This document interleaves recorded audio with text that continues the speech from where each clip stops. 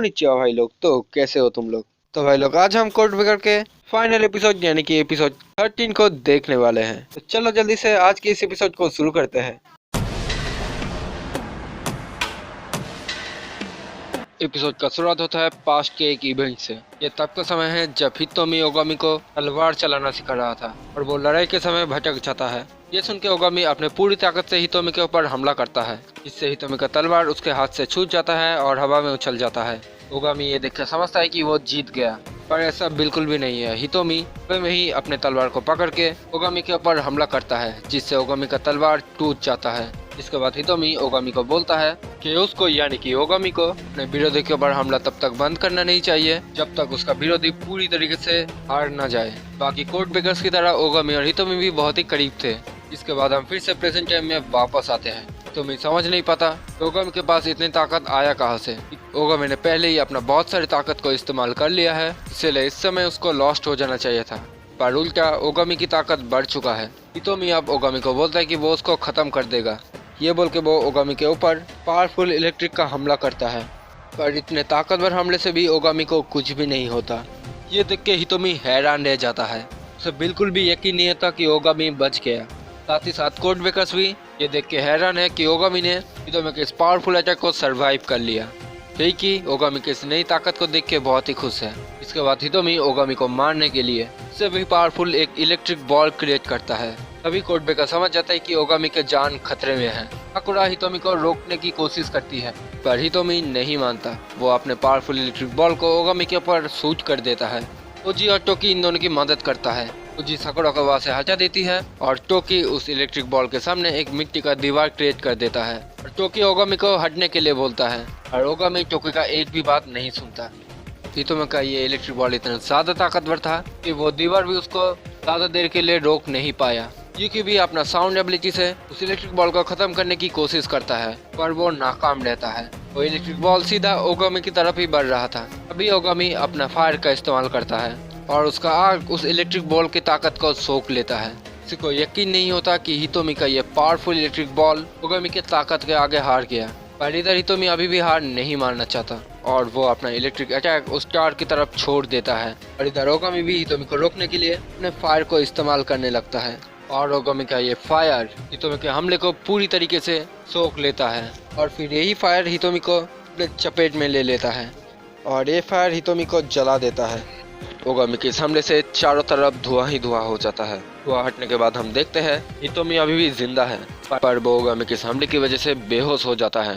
हितोमी के पास मिस कैंडा और ओजी आ जाते हैं और ओगामी भी बेहोश हो जाता है कि उसने भी आज पावरफुल बैटल लड़ा। ओगामी के पास साकुरा और यूकी आ जाते हैं कि समझ जाता है कि ये लड़ाई खत्म हो चुका है, क्योंकि दूर से हितोमी और ओगामी को देख रहा था। वो बोलता है, मैं तुम दोनों से ही बहुत हैरान हूँ, ओगामी और एस। इधर हितोमी को होश आता है, पर वो अभी भी हार नहीं मानना चाहता।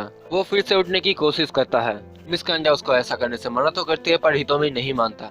पर अचानक हितोमी के शरीर से इलेक्ट्रिसिटी निकलने लगता है और इसका ही इलेक्ट्रिक पावर उसको हार्म करने लगता है। इससे हितोमी को बहुत दर्द होता है। कि समझ जाता है कि ये हितोमी का कोडेंट है, क्योंकि ये सुन के हैरान रह जाता है। वो इलेक्ट्रिक शॉक खत्म होने के बाद हितोमी सभी को बोलता है, क्या सच में तुम सभी को पहले से ही कोडेंट के बारे में पता था? शायद मेरे पास अब ज्यादा समय नहीं बचा। मेरा कोडेंट का लक्षण तभी से शुरू हो गया था जब ईडन ने मेरा पीछा करना शुरू किया था। मैं डर गया था। मैं डरता था कि मुझे अकेले मरना पड़ेगा। तब मैं समझा कि ये डर उन सभी कोड ब्रेकर्स को हुआ होगा जो पहले समय में मारे जा चुके हैं। तुम लोग ये बात नहीं समझ पाओगे। अगर मेरे पास कुछ और समय होता तो मैं कोई और तरीका ढूंढने की कोशिश करता ईडन को बदलने के लिए, लेकिन जब मुझे मेरे कोडेंट के बारे में पता चला तब तक बहुत देर हो चुका था। मैं ईडन को माफ नहीं कर सकता, लेकिन उससे भी जरूरी मैं सभी स्पेशल पावर्स वालों को बचाना चाहता था। मैं उन्हें बचाना चाहता था जिनके पास स्पेशल एबिलिटी है। मैं बस ये चाहता था कि उनकी जिंदगी भी किसी आम लोगों की तरह हो, लेकिन सब कुछ बिगड़ गया। पर अभी भी ये खत्म नहीं हुआ है। मैं इतनी दूर आके हार नहीं मान सकता। मैं उस प्राइम मिनिस्टर को खुद अपने हाथों से मारूंगा।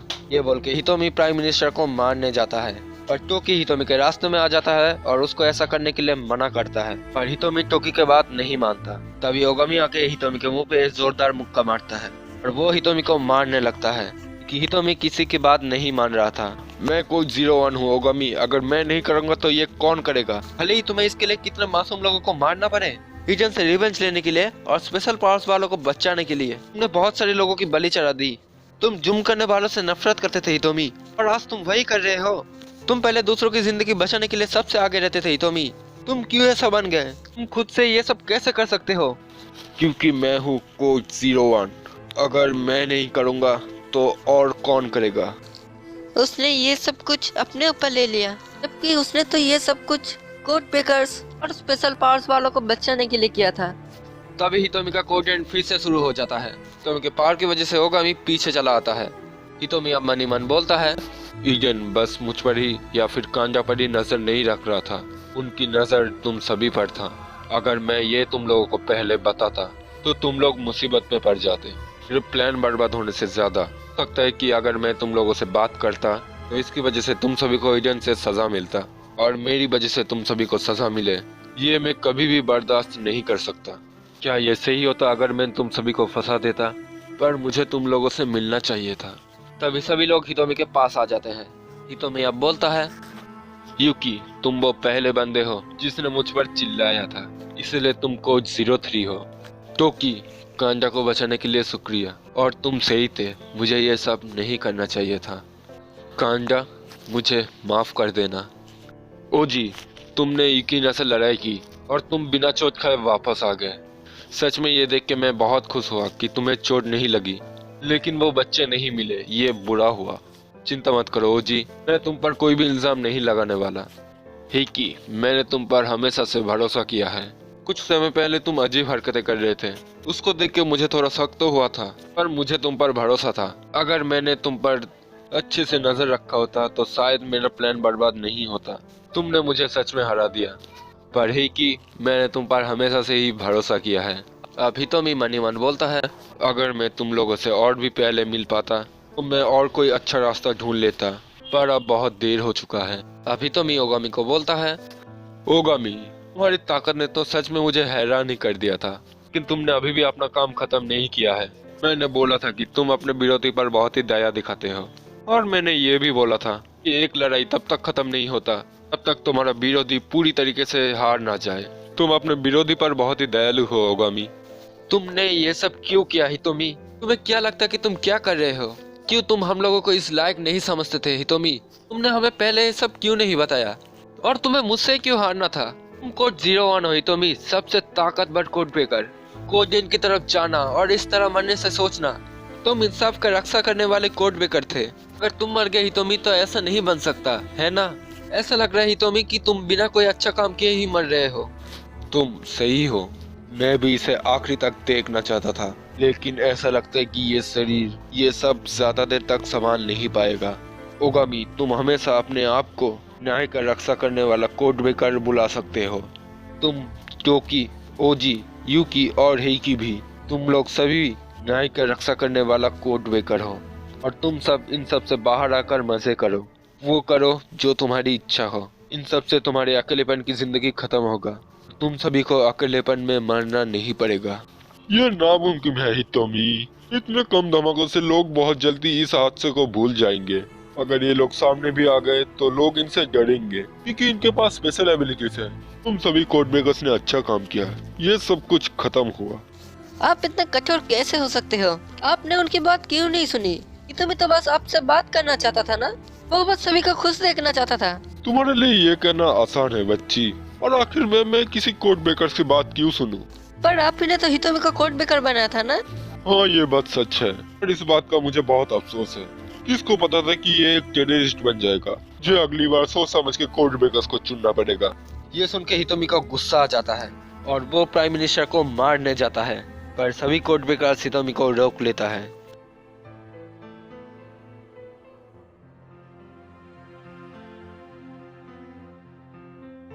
ओगामी हितोमी को समझाता है कि उसको अब रुक जाना चाहिए। वो बोलता है, हितोमी रुक जाओ, और नहीं, यहाँ से हम सब कुछ संभाल लेंगे।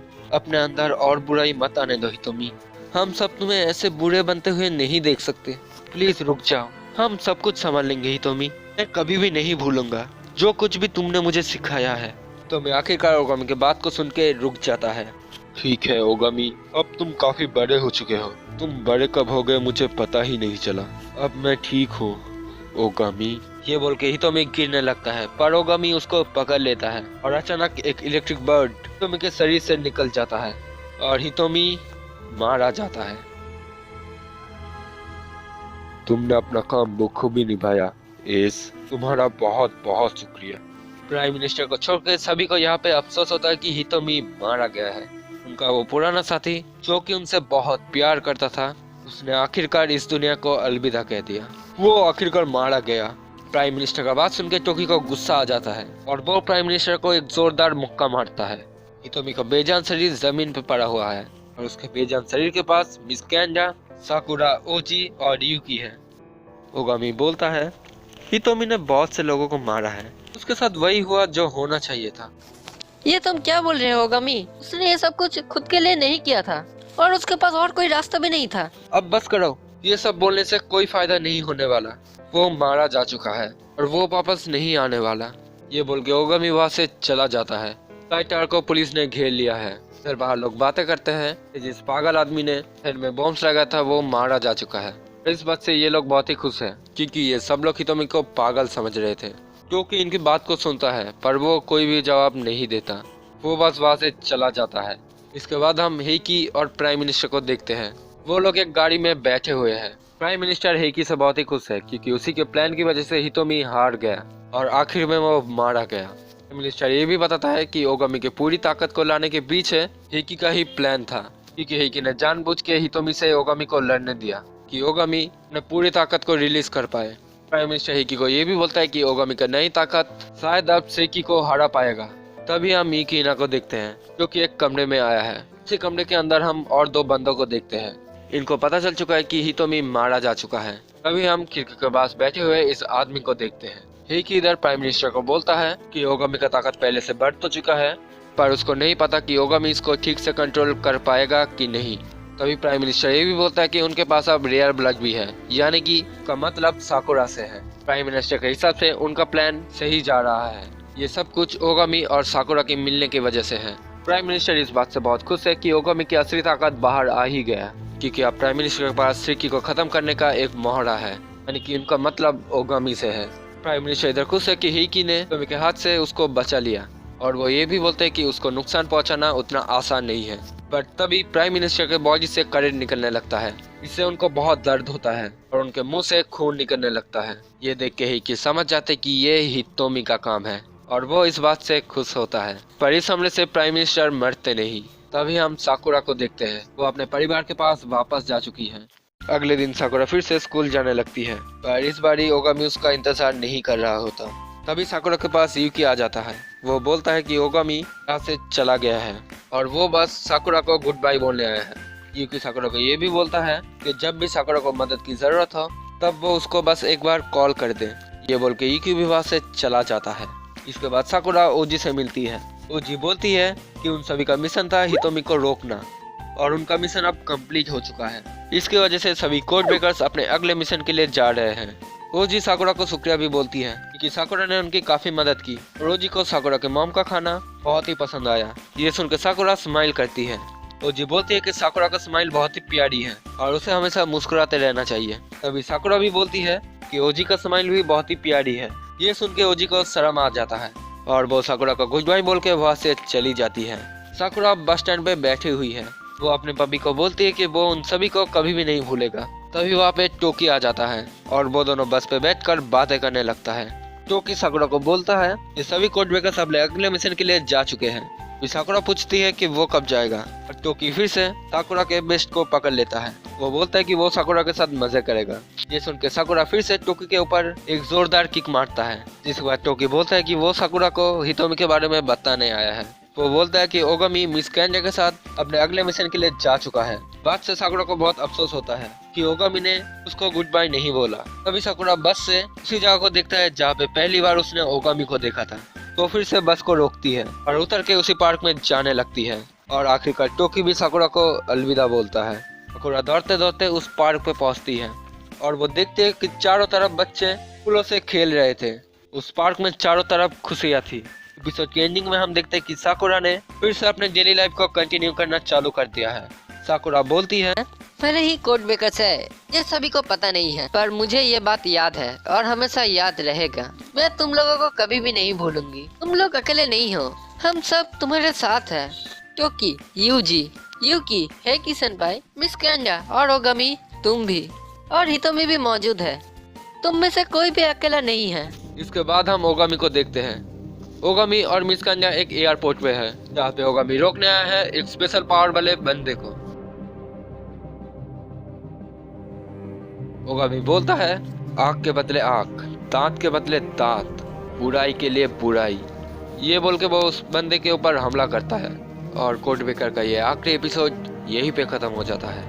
तो यही था कोड ब्रेकर एपिसोड 13, या फिर क्या है कोड ब्रेकर के फाइनल एपिसोड की पूरी कहानी। इसके अलावा भी 3 OVA एपिसोड है, पर मैं उनको एक्सप्लेन नहीं करने वाला, क्योंकि उन तीनों OVA एपिसोड में उतना कुछ खास नहीं है। चाहो तो तुम लोग देख सकते हो। और हाँ, इधर ये भी बोल दो कि कोड ब्रेकर का सीजन 2 नहीं आया है। तो अब अगर ये वीडियो अच्छा लगा तो इस वीडियो को लाइक करो, कमेंट करो, शेयर करो, और अगर चैनल पे नए हो तो चैनल को सब्सक्राइब करके घंटे को ऑल पे सेट कर दो। तो फाइनली आज की इस वीडियो को यही एंड करते हैं। आरा सायोनारा।